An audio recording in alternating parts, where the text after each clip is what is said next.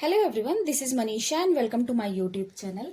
आज के वीडियो में हम बात करेंगे Kepler's law of planetary motion के बारे में। ओके, वीडियो शुरू करने से पहले मैं आप लोगों से रिक्वेस्ट करूंगी कि अगर आप लोग चैनल पर नए हैं तो प्लीज चैनल को सब्सक्राइब कर लीजिए और वीडियो अगर आप लोगों के लिए हेल्पफुल लगे तो प्लीज इसे लाइक और शेयर जरूर करिएगा।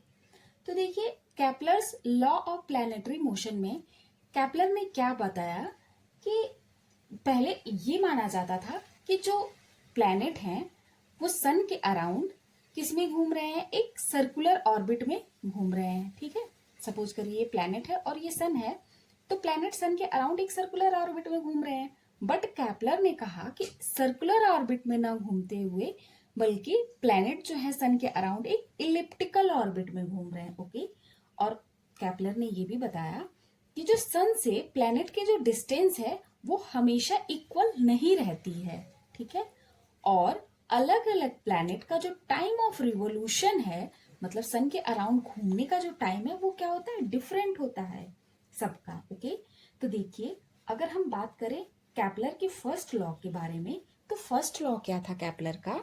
तो देखिए, जो फर्स्ट लॉ है कैपलर का वो ये कहता है कि all planet revolves around the sun in close elliptical orbit and sun is at one focus of ellipse। मतलब कि सभी प्लैनेट सन के अराउंड एक क्लोज इलिप्टिकल ऑर्बिट में रिवॉल्व करते हैं। ओके, और सन क्या होता है, एक फोकस पर होता है एलिप्स के।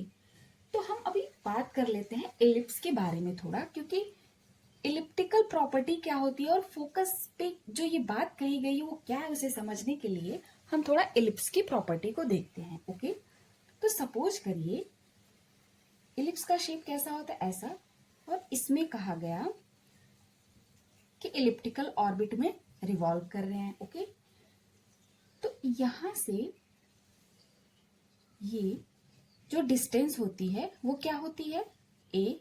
ठीक है, ये वाला डिस्टेंस क्या होती है, इधर ए, और ये जो पूरी डिस्टेंस है वो क्या होता है, 2a।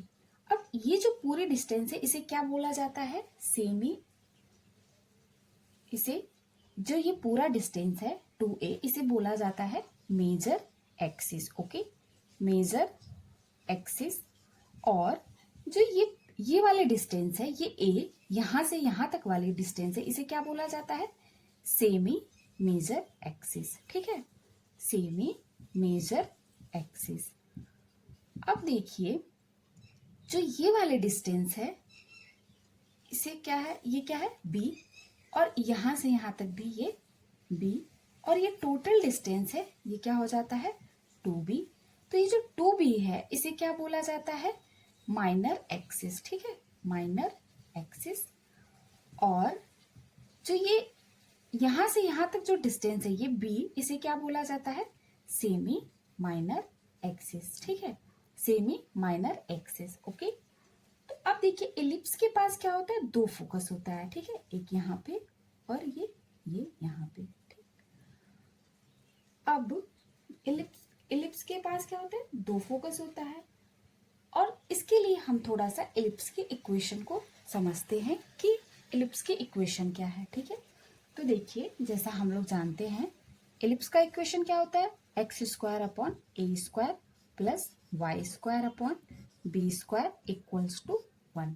ओके, अब देखिए यहाँ पर ए और बी के बीच में जो ये सेमी मेजर एक्सिस और सेमी माइनर एक्सिस है, इसके बीच में क्या है, एक रिलेशन होता है, उसको हम देखते हैं। यहां से मैं ये वाला पार्ट अभी इरेज कर रही हूं। होता क्या है, B square equals to A square 1 minus E square. ठीक है, अब देखिए ये जो ई टर्म ई है ये क्या कहलाता है, इसेंट्रिसिटी। ठीक है, इसेंट्रिसिटी। अब जो ये इसेंट्रिसिटी है ये क्या बताता है हमें कि ये जो प्रॉपर्टी है इलिप्स की, ये इलिप्स कितना इलिप्टिकल है। अगर हम इसे इस तरह से समझें, सपोज करिए हम अगर सर्किल एज्यूम करते हैं तो सर्किल की इक्वेशन क्या होती है, X square plus Y square equals to A square. तो सर्किल कुछ इस तरह से होता है। तो इसेंट्रिसिटी ये बताती है कि इस सर्किल को कितना चपटा किया गया, मतलब कितना इस पे दबाव पड़ा कि ये वाला शेप पकड़ लिया एलिप्स का, ठीक है। इसेंट्रिसिटी क्या बताती है कि सर्किल को कितना और चपटा किया गया। मान लीजिए इस पे इधर से दबाव डालेंगे तो ये सर्किल क्या हो जाएगा, एलिप्स में कन्वर्ट हो जाएगा। तो जो ये इसेंट्रिसिटी है वो यही बताता है कि एलिप्स कितना चपटा है, ठीक है। अब देखिए, अगर इस इसेंट्रिसिटी ई को 0 कर दिया जाए, ठीक है, इसेंट्रिसिटी ये ई अगर 0 हो जाएगी तो यहां से क्या हो जाएगा, ए बराबर बी। जब ए बराबर बी हो जाएगा यानी कि ये दोनों डायमेंशन सेम हो जाएगी। डायमेंशन सेम होने का मतलब कि ये प्रॉपर्टी क्या हो जाएगी, ये एलिप्स क्या हो जाएगा, सर्किल में कन्वर्ट हो जाएगा, ठीक है। तो यानी कि ये इसेंट्रिसिटी ही यहाँ पे बताता है कि एलिप्स कितना, मतलब इलिप्टिकल प्रॉपर्टी है एलिप्स में, ठीक है। अब देखिए ये कहां से कहां तक वेरी करता है, ये 0 से 1 तक हो सकता है, ठीक है। ठीक, अब देखिए यहाँ पर जब मैंने बताया कि इसके 2 फोकस होते हैं, तो 2 फोकस का मतलब कि अब ये जो डिस्टेंस है ये यहां से यहां तक वाली ये क्या होती है, ए ई, ठीक है। तो इस पॉइंट का जो कोऑर्डिनेट है वो क्या हो जाएगा, ए ई कॉमा 0, ठीक है। और इधर अगर इस पॉइंट का कोऑर्डिनेट ले इस फोकस का तो ये क्या हो जाएगा, माइनस ए ई कॉमा 0। यहां तक ओके है। अब देखिए इस पॉइंट का जो कोऑर्डिनेट होगा वो क्या होगा, ए कॉमा 0 हो जाएगा, ए कॉमा 0, ठीक है, ए कॉमा 0 है ये। और इस पॉइंट का कोऑर्डिनेट क्या होगा, माइनस ए कॉमा 0, ठीक। अब यहाँ पर जो इस पॉइंट का कोऑर्डिनेट है वो क्या हो जाएगा, यहाँ पर देखिए तो ये हो जाएगा 0 कॉमा बी, ठीक। इस पॉइंट का कोऑर्डिनेट क्या हो जाएगा, 0 कॉमा माइनस बी। तो ये तो रहा ऑल अबाउट एलिप्स के बारे में, ओके। अब देखिए इसमें क्या कहा गया था फर्स्ट लॉ में कि जितने भी प्लैनेट हैं वो सन के अराउंड एक इलिप्टिकल ऑर्बिट में मूव करते हैं और सन क्या होता है, उसके फोकस पर होता है, ठीक है। तो मैं इसको इरेज करके यहाँ पे फिर से इस चीज को बताती हूँ कि देखिए यहाँ पे यही कहा गया कि यहीं पर कहीं पर सन है, ठीक है ना, किसी एक फोकस पर, ठीक। यहाँ पर क्या है, सन है, किसी भी एक फोकस पर सिचुएटेड है। तो सपोज करिए कि ये जो है ये फोकस पर ही क्या है, सन जो है वो सिचुएटेड है यहाँ पर कुछ इस तरह से। और जो ये प्लैनेट है, ये पी जो है प्लैनेट है, ठीक। अब इसके अराउंड रिवॉल्व कर रहा है। तो अगर हम डायग्राम से समझें तो सबसे क्लोजेस्ट डिस्टेंस क्या होगी सन और प्लैनेट के बीच में, जब प्लैनेट क्या होगा, इस पोजीशन पर होगा तो, ठीक है। जब प्लैनेट इस पोजीशन पर आ जाएगा तो सन के सबसे क्लोज होगा, ओके, सबसे क्लोज होगा।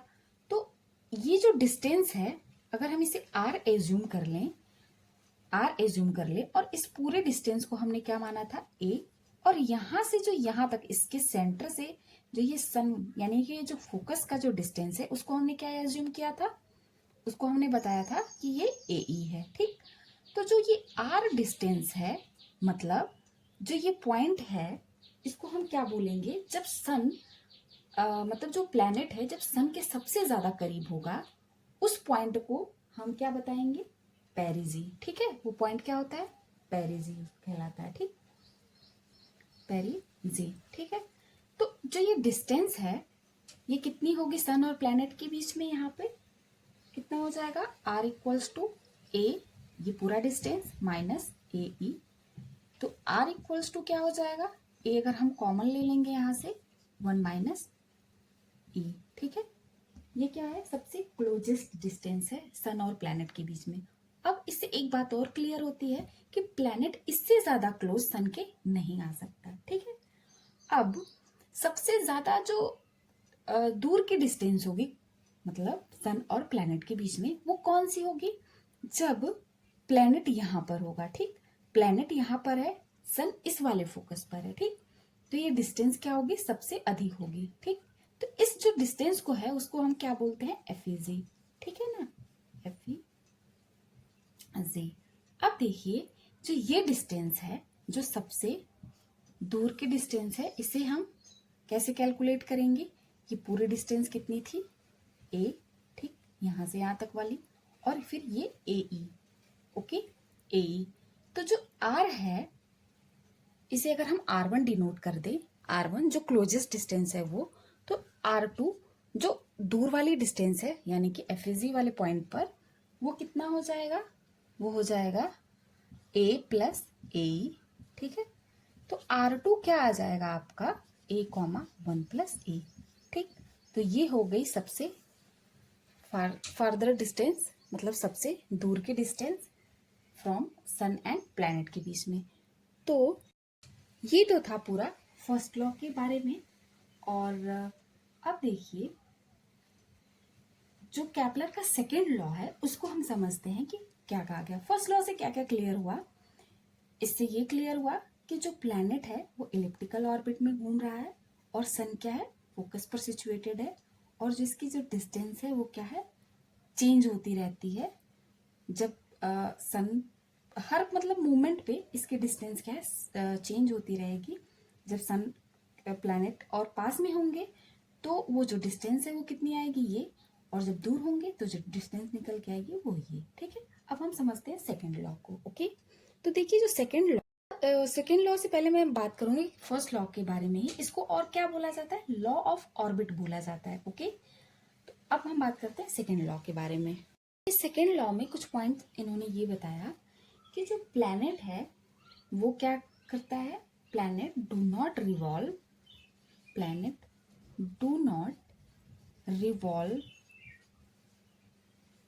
in revolves around the sun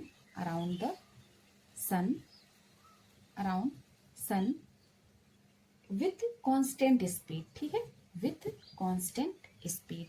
मतलब कि जो प्लैनेट है वो सन के अराउंड कांस्टेंट स्पीड में रिवॉल्व नहीं करता है, और जो प्लैनेट है moves faster when it near to sun and slower when it is farther from sun, ठीक है।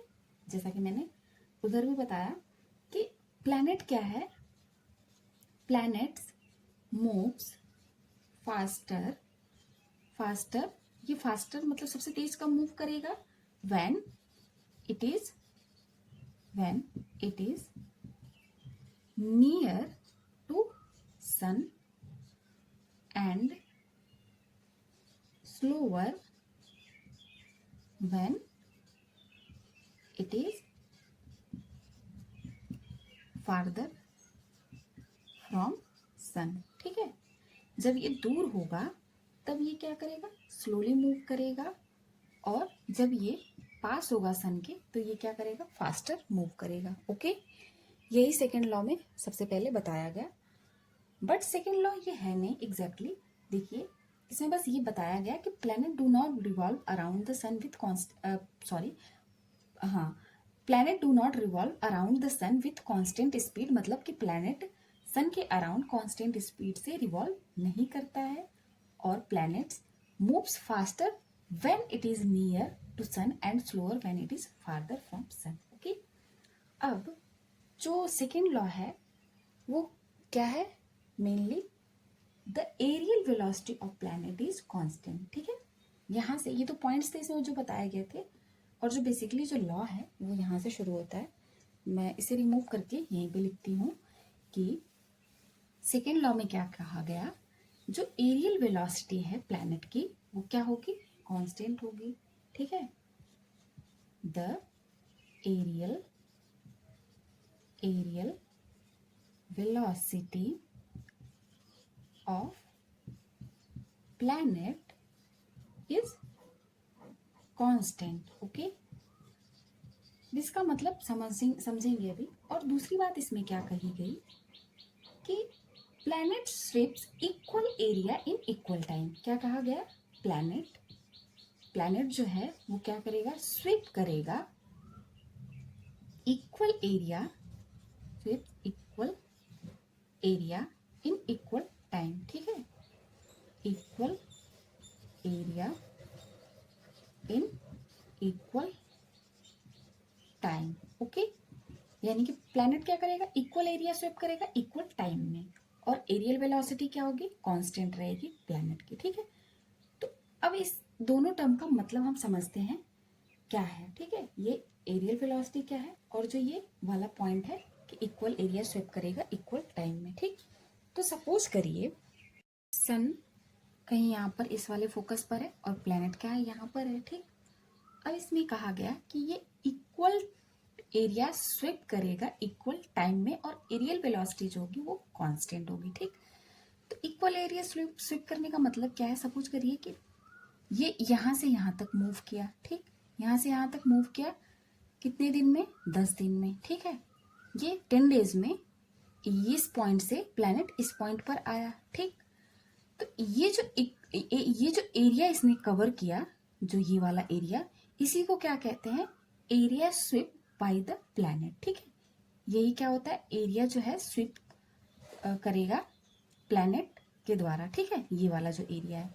अब मान लीजिए कोई और पॉइंट हम एज्यूम कर लेते हैं, सपोज कर लेते हैं कि प्लैनेट फिर क्या हुआ, मूव करते करते इस वाले पॉइंट पर आया, ठीक है।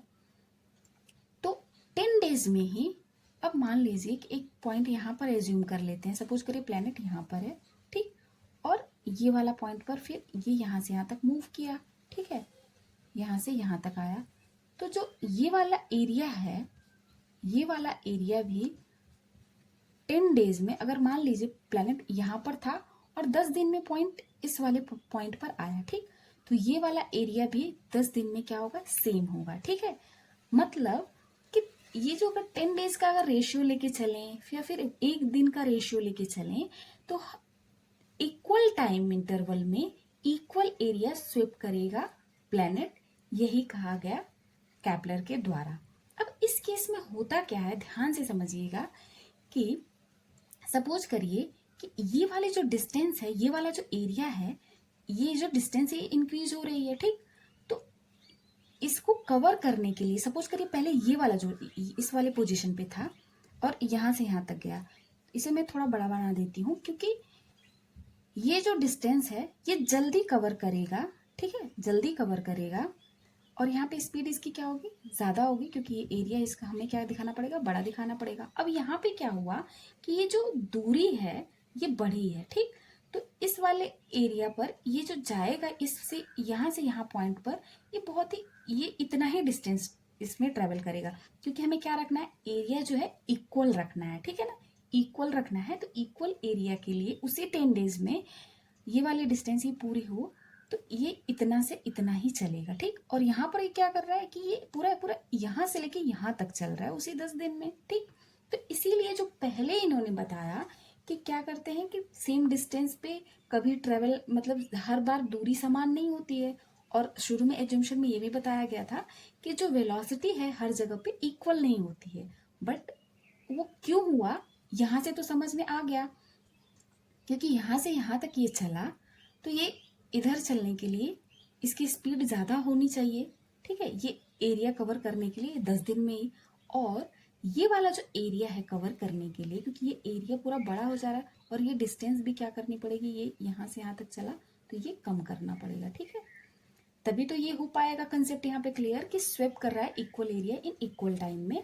और जब इसमें अगर हम एज्यूम करें कि इस वाले पॉइंट के लिए यहाँ से यहाँ तक जो ट्रेवल किया उसके लिए अगर वेलोसिटी v1 है और यहाँ से यहाँ तक ट्रेवल किया तो इसके लिए अगर वेलोसिटी v2 है, तो जाहिर सी बात है v1 is greater than v2।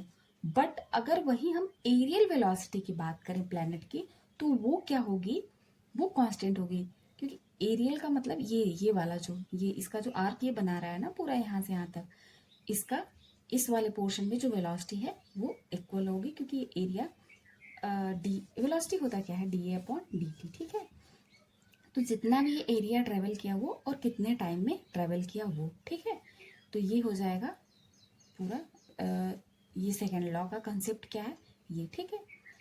तो जो ये एरियल वेलोसिटी कांस्टेंट होती है थ्रू आउट द मोशन, इसका अभी हम प्रूफ भी समझेंगे कि किस तरह से कांस्टेंट होता है। तो अब हम उसके बारे में बात करेंगे, ठीक है।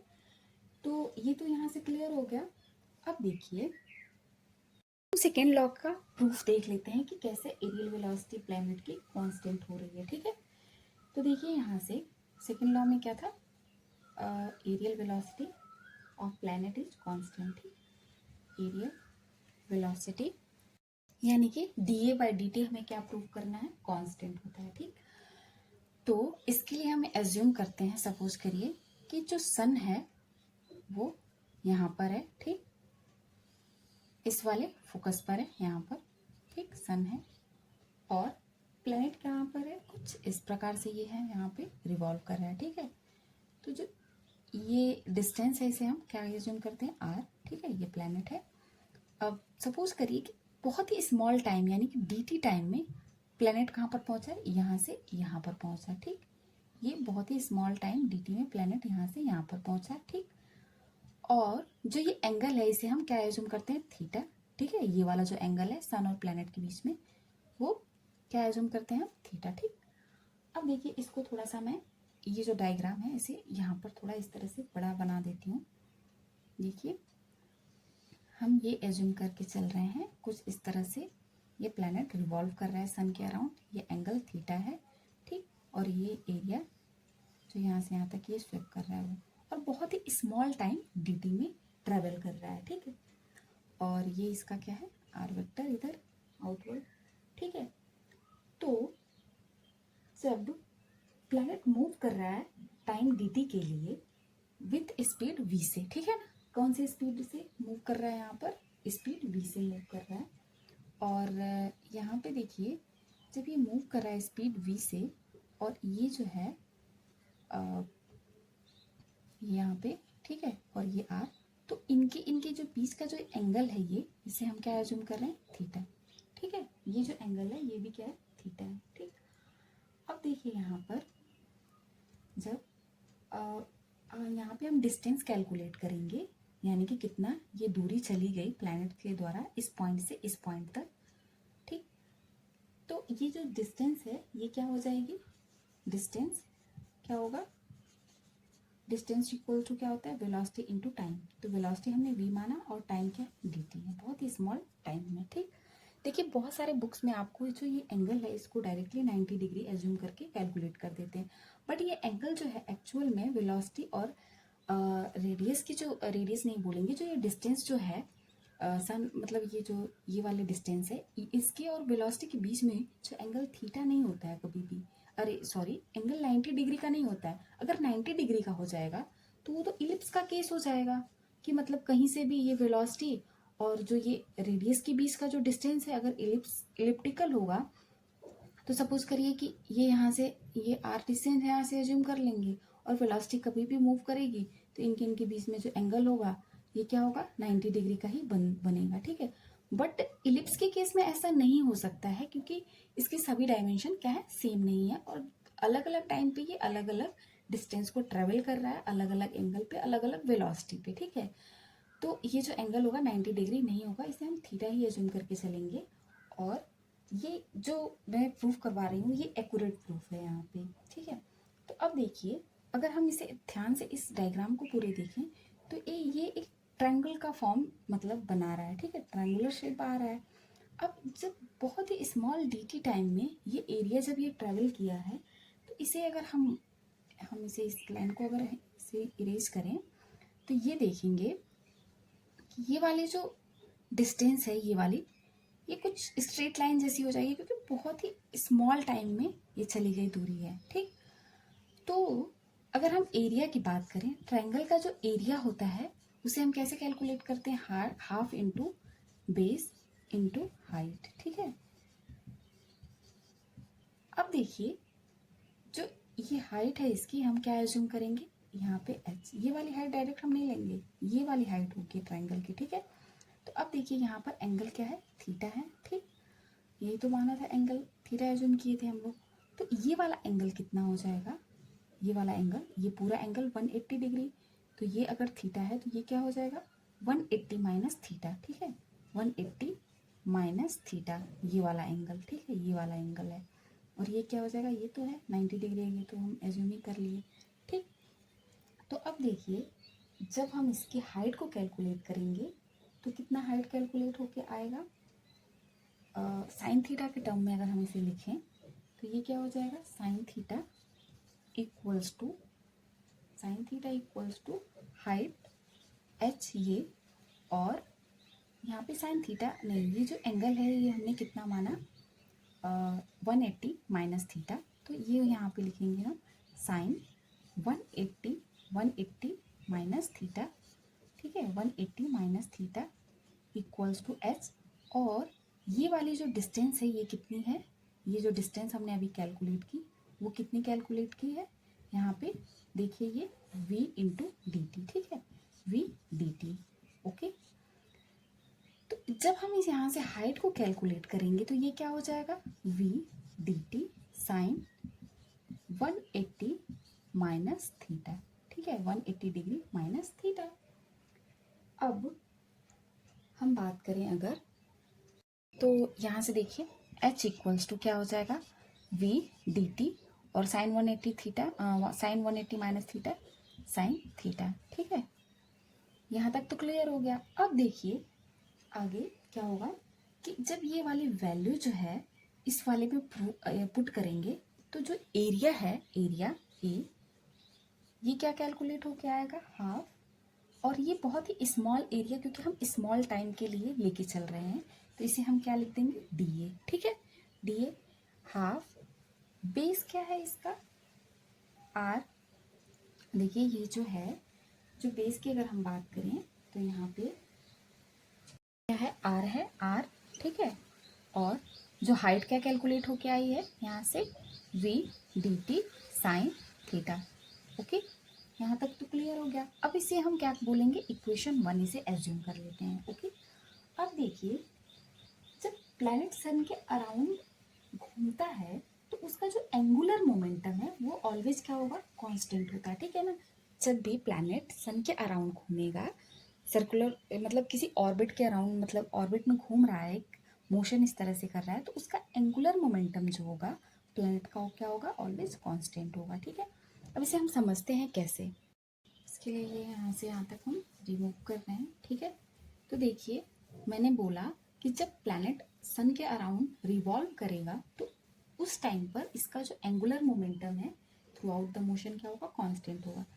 तो देखिए सपोज करिए कि यहाँ पर जब सन है, ठीक है, और यहाँ पे ये प्लैनेट है, ठीक, और ये जो डिस्टेंस है हमने आर एज्यूम किया, तो जो ये फोर्स लगेगा इसके इस पर, तो ये क्या होगा, इनवर्ड होगा, मतलब इस टाइप पे सेंट्रीपिटल फोर्स इधर की तरफ, और जो ये आर है वो रेडियस वेक्टर क्या है, इस तरफ है, ठीक है, आउटवर्ड। तो अब अगर हम बात करें टॉर्क की, तो टॉर्क क्या हो जाएगा, यहाँ पे टॉर्क जो होगा वो क्या होगा, आर क्रॉस एफ होता है, ठीक, आर क्रॉस एफ होगा। तो जब हम क्रॉस प्रोडक्ट लेते हैं तो यहाँ पे क्या हो जाएगा, ये आर एफ और ये हो जाएगा साइन, कितना एंगल बन रहा है आर और एफ के बीच में, यानी कि फोर्स और जो ये डिस्टेंस है इसके बीच में कितना एंगल बन रहा है, 180 डिग्री का। देखिए क्यों, क्योंकि देखिए फोर्स इधर है, ठीक, इस डायरेक्शन में सेंटर की तरफ, सन की तरफ इधर लग रहा है, और जो रेडियस है वो इस तरफ है, ठीक है ना। तो ये जो एंगल है पूरा कितने का है, 180 डिग्री का है। तो साइन 180 डिग्री की वैल्यू क्या होती है, 0 होती है। अब मैंने टॉर्क को क्यों समझाया, क्योंकि अगर टॉर्क 0 हो जाएगा तो फिर क्या होगा, एंगुलर मोमेंटम क्या होता है, कांस्टेंट हो जाता है वहां पे, ठीक है। तो अब देखिए कैसे, हमें पता है कि जो टाउ है क्या होता है, D L upon D T, ठीक है, D L upon D T. तो जब टॉर्क यहाँ पे 0 हो गया, यानी कि D L upon D T, तो यहाँ से जो एंगुलर मोमेंटम एल है वो क्या हो जाएगा, कांस्टेंट, ठीक। यानी कि इस केस में जब सन के अराउंड प्लैनेट मोशन कर रहा है तो उस केस में इसका टॉर्क क्या है, 0 हो रहा है। 0 क्यों हो रहा है, यहाँ से समझ में आ गया। जब 0 होगा तो उसका एंगुलर मोमेंटम क्या हो जाएगा, कांस्टेंट हो जाएगा, ठीक है। यहाँ तक तो क्लियर हो गई चीजें। अब देखिए जो एल है एंगुलर मोमेंटम, उसके लिए एक और फॉर्मूला होता है, एल इक्वल्स टू क्या होता है, L equals to R cross P, ठीक है। ये पी क्या है, मोमेंटम है, ठीक। अब देखिए मैंने आप लोगों से बताया कि ये आर क्रॉस पी है, इसमें भी क्या है, क्रॉस प्रोडक्ट है। तो इनके बीच का, और पी क्या है, मान लीजिए कि जो प्लैनेट है इसका मास क्या है, एम है, ठीक। तो पी को हम क्या लिख सकते हैं, मोमेंटम को एम वी लिख सकते हैं, ठीक है। तो ये पूरा क्या हो जाएगा, L equals to R R cross M V, ठीक है। एम वी मास तो कांस्टेंट ही होगा, तो ये एम इस तरह से हो जाएगा कुछ आर क्रॉस वी, ठीक है। L equals to M into R cross V. तो अब देखिए यहाँ पर जब हम एल को कैलकुलेट करेंगे तो ये कितना आ जाएगा, M V R sine theta. जब भी हम क्रॉस प्रोडक्ट लेते हैं तो वहाँ पे क्या लिखते हैं, साइन थीटा, ठीक है। तो अब यहाँ पर ध्यान से देखिए, जो ये इक्वेशन 1 है, यहाँ पर ये वाला डी ए जो कैलकुलेट होके आया, वहाँ पे जो ये टर्म है R V sine theta, R V D T sine theta, तो ये क्या हो गया, आर वी साइन थीटा। इसके जगह पे हम क्या लिख सकते हैं, एल अपॉन एम। और मैंने बताया यहाँ से टॉर्क का एग्जाम्पल देते हुए सब समझाते हुए कि जो एंगुलर मोमेंटम है थ्रू आउट द मोशन कैसे कांस्टेंट होगा, ठीक है। तो यानी कि ये पूरी क्वांटिटी क्या है, कांस्टेंट है, ठीक। तो अब देखिए इस वाले वैल्यू को हम उठा के किस में पुट करेंगे, इस इक्वेशन में जो डी ए निकल के आया है, ठीक है, डी ए। तो यहाँ से रिमूव करके मैं यहाँ लिखती हूँ, जो डी ए है वो क्या हो जाएगा फिर, half R V D T sine theta था, but R V sine theta की जगह पे हमें क्या पुट करना है, L by V, L by M, ठीक है ना, एल बाई एम। ओके, तो देखिए डी ए इक्वल्स टू क्या हो जाएगा, हाफ ये टर्म कैंसिल, मतलब ये टर्म की जगह पे हमें क्या पुट कर देना है, एल बाई एम, और ये क्या हो जाएगा, डी टी, ठीक है। तो अब डी ए अपॉन यहाँ से अगर हम डी टी लिखें तो ये क्या हो जाएगा, एल बाई टू एम। यहाँ तक तो क्लियर है। अब देखिए जो एंगुलर मोमेंटम है वो भी क्या है, कांस्टेंट है, ठीक। और जो मास है प्लैनेट का वो भी कांस्टेंट ही होगा, ठीक। तो ये D A upon D T ये क्या है, एरियल वेलोसिटी है। तो यानी यहाँ से एक चीज़ क्या क्लियर हो गई, प्रूफ हो गया अब कि जो एरियल वेलोसिटी है प्लैनेट का वो क्या होगा, कांस्टेंट होगा। यानी कि एरियल वेलोसिटी ऑफ प्लैनेट ये क्या होगा, कांस्टेंट होगा, ठीक है, कांस्टेंट होगा through out the motion. Okay, तो ये जो फॉर्मूला है इसे हम और क्या बोलते हैं, सेकेंड लॉ को, मतलब लॉ ऑफ एरियल वेलोसिटी भी बोला जाता है। फर्स्ट लॉ को law of orbit, second law को लॉ ऑफ एरियल वेलोसिटी। और जो सेकेंड लॉ है कभी कभी डायरेक्ट ऐसे ही दे देता है, जैसे D A upon D T L by two M. और ये किसको बताता है, कंजर्वेशन ऑफ एंगुलर मोमेंटम को, ठीक है। सेकेंड लॉ किसको बता रहा है, कंजर्वेशन ऑफ एंगुलर मोमेंटम को। देखिए क्योंकि एंगुलर मोमेंटम क्या है, कंजर्व है, यानी कि कांस्टेंट रह रहा है थ्रू आउट द मोशन, ठीक। और कैसे हो रहा है, ये सारी चीज़ें हम लोगों ने यहाँ पे डिस्कस किया। अब हम नेक्स्ट वीडियो में थर्ड लॉ ऑफ कैपलर का जो थर्ड लॉ है प्लानिटरी मोशन के लिए उसको बताएंगे, और इससे थोड़ा सा और इसमें स्पीड कैसे कैलकुलेट करेंगे, ये सारी चीज़ों को डिटेल में डिस्कस करेंगे। ओके, सो आई होप कि ये वीडियो आप लोगों को काफ़ी हेल्पफुल हो, और thank you everyone for watching this video, thank you.